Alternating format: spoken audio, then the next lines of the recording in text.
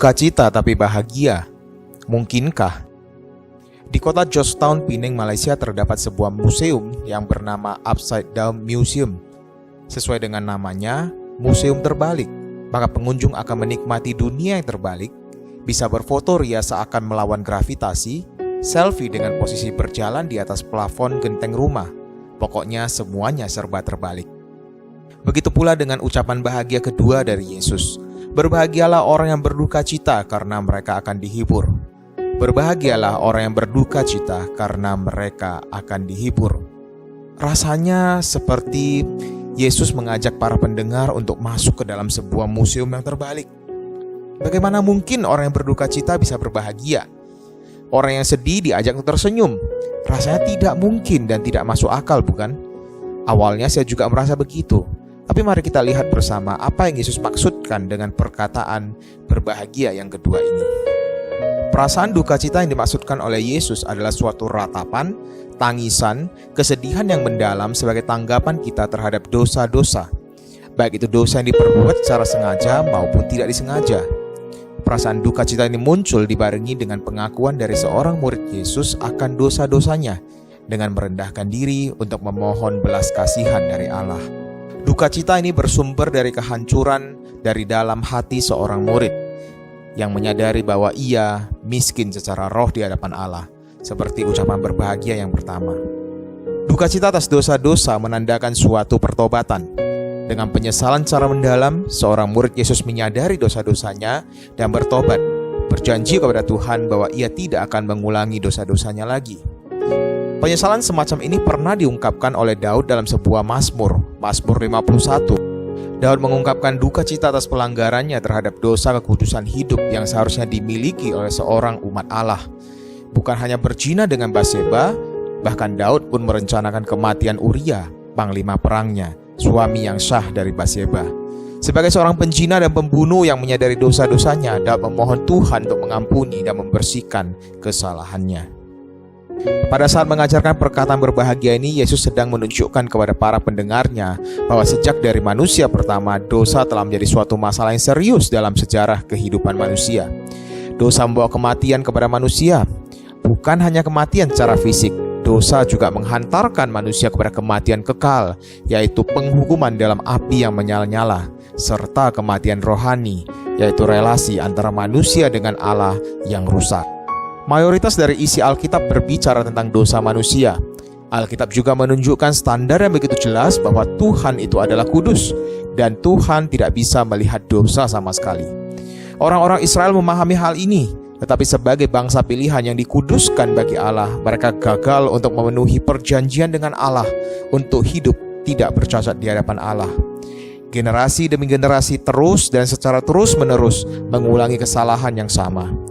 Namun syukur kepada Allah, Allah tidak membiarkan dosa terus-menerus menjadi masalah dalam kehidupan manusia. Allah ingin memiliki relasi yang baik dengan manusia ciptaannya. Allah ingin berdamai dengan manusia. Allah datang sendiri untuk menyelesaikan permasalahan dosa ini. Di dalam pribadi anak Allah, Yesus Kristus, dosa dikalahkan melalui salib.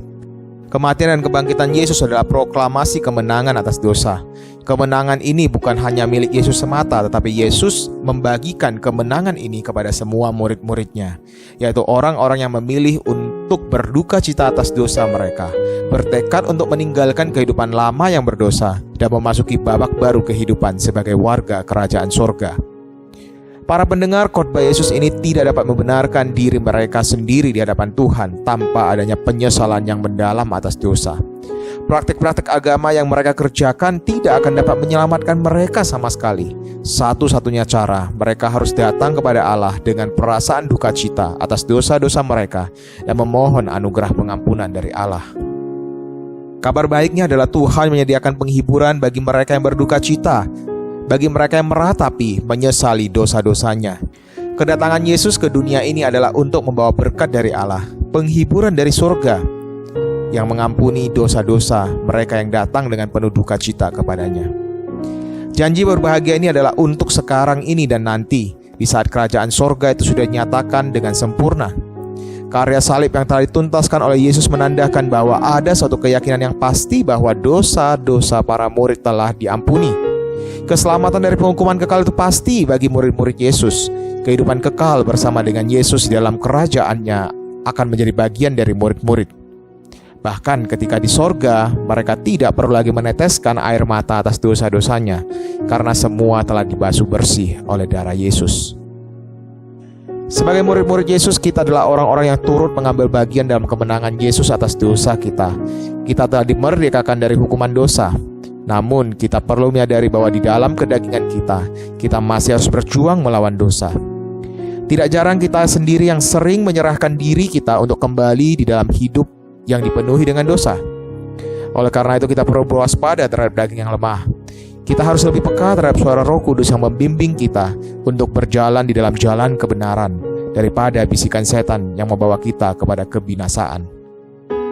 Jika kita melakukan dosa atau pelanggaran secara pribadi maupun secara bersama-sama dengan saudara seiman lainnya, kita perlu mengakui dosa-dosa kita di hadapan Tuhan dengan penuh berduka cita.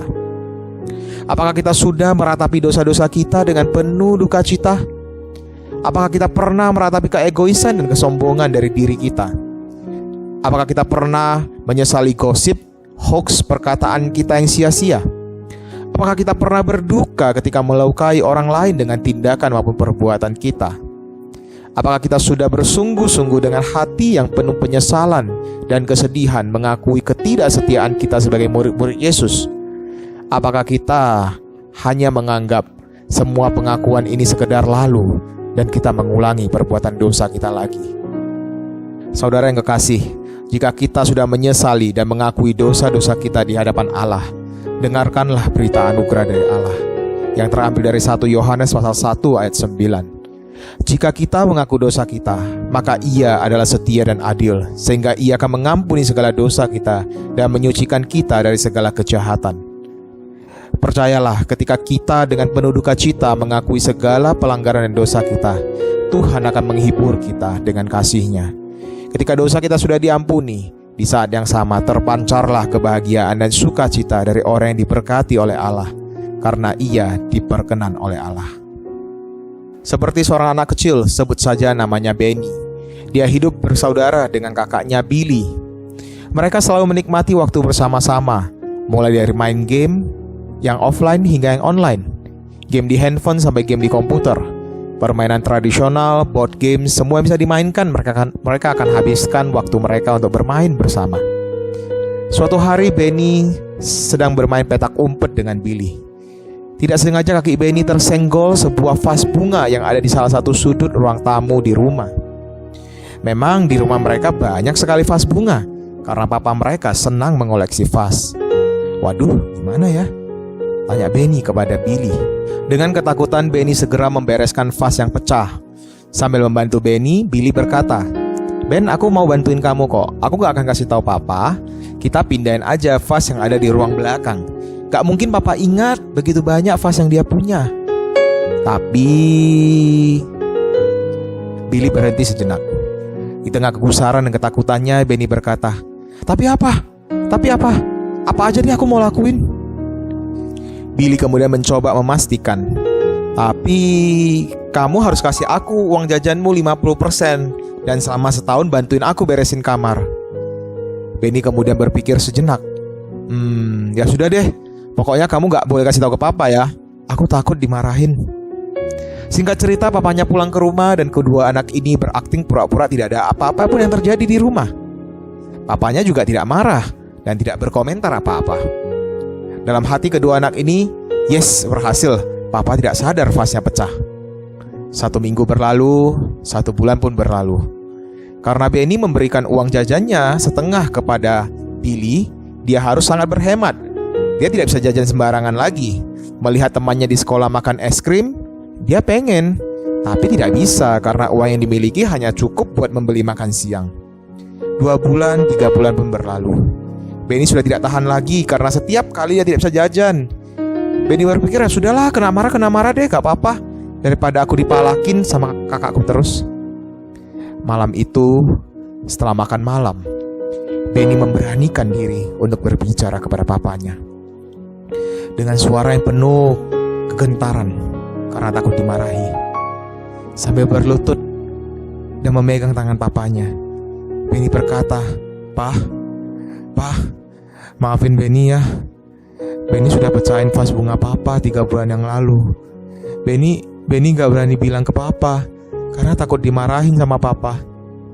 Pak, Benny benar minta maaf Pak, sorry Pak. Di luar dugaan dan pemikiran Benny, Papanya langsung mengajak Benny berdiri dan memeluk Benny. Ben, Papa tahu kok vas bunga itu pecah. Cuman Papa lagi tungguin sampai hari ini siapa yang sebenarnya sudah pecahin vas bunga Papa itu. Ben, kamu lebih berharga daripada vas bunga itu.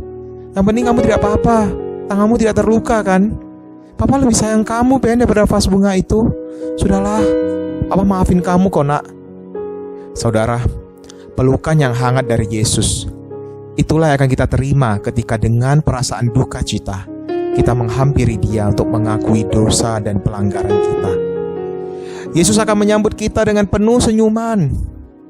Yesus akan menghapus air mata penyesalan kita dan berkata, "Berbahagialah anakku, karena dosamu telah diampuni." Yesus akan memberi penghiburan kepada kita yang datang dengan penuh duka cita atas dosa-dosa kita. Pertanyaannya sekarang, sudahkah kita menghampiri Allah dan berduka atas dosa-dosa kita? Jangan tunggu lagi selagi masih ada waktu bagi kita untuk berduka atas dosa-dosa kita.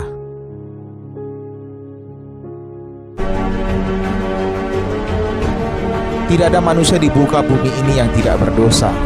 Semua orang telah jatuh ke dalam dosa sejak pelanggaran dari manusia yang pertama.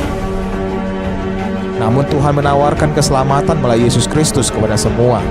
Datanglah kepada Allah dengan perasaan penuh duka cita. Percayalah Bapa di sorga akan memberikan pengampunan kepada kita. Itulah mengapa saya dan kamu bisa berbahagia.